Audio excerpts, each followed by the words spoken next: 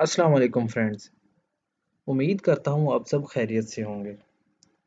दोस्तों आज हम सीखेंगे इंग्लिश के कुछ नए वर्ड्स, उनका मतलब और उन अल्फाज को इस्तेमाल से कुछ सादा फ़िक्रात बनाएंगे।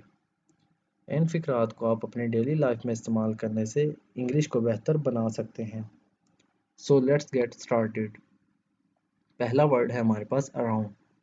अराउंड का मतलब होता है इर्द गिर्द। तो पहला सेंटेंस है हमारे पास, उसने इधर उधर देखा या उसने इर्द गिर्द देखा। She looked around. She looked around.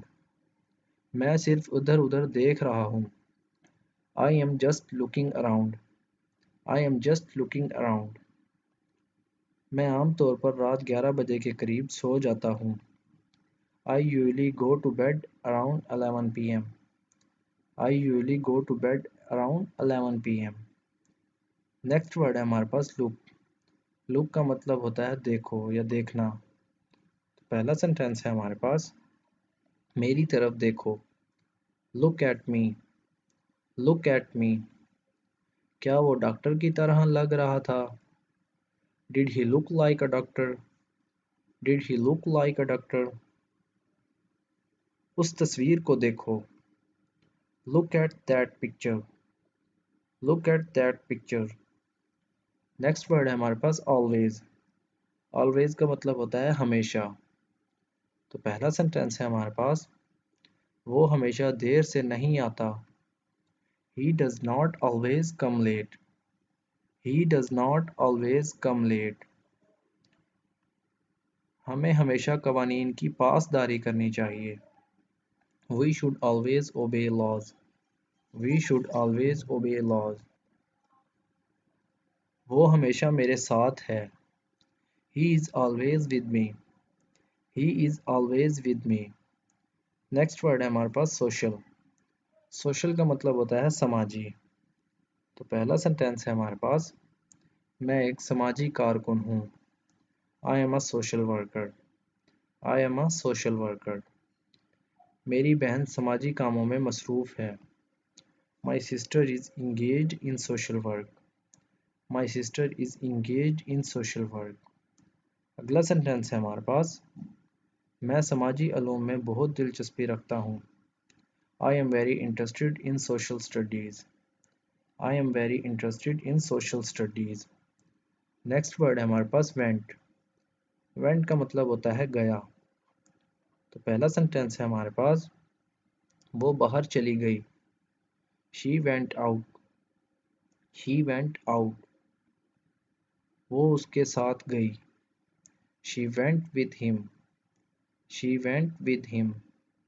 वो दांतों के डॉक्टर के पास गया। He went to the dentist. He went to the dentist. Dentist का मतलब होता है दांतों का डॉक्टर। नेक्स्ट वर्ड है हमारे पास परसेंट। परसेंट का मतलब होता है फीसद। तो पहला सेंटेंस है हमारे पास, मुझे 100% यकीन नहीं है। I am not 100% sure. I am not 100% sure. मैंने ये रैकेट 20% रियायत पर ख़रीदा। I bought this racket at a 20% discount. I bought this racket at a 20% discount. उसकी तनख्वाह में 10% इजाफा किया गया। His salary was increased by 10%. His salary was increased by 10%. Next word है हमारे पास कंपनी। दोस्तों कंपनी का मतलब होता है एक ऐसा इदारा जिसमें बहुत सारे लोग काम करते हैं।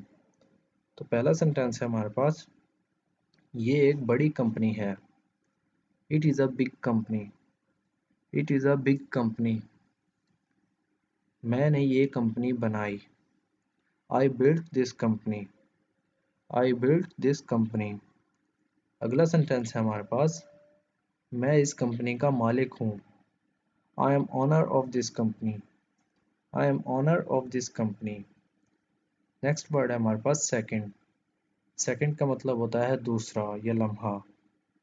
तो पहला सेंटेंस है हमारे पास, एक सेकंड इंतज़ार करो। Wait a second.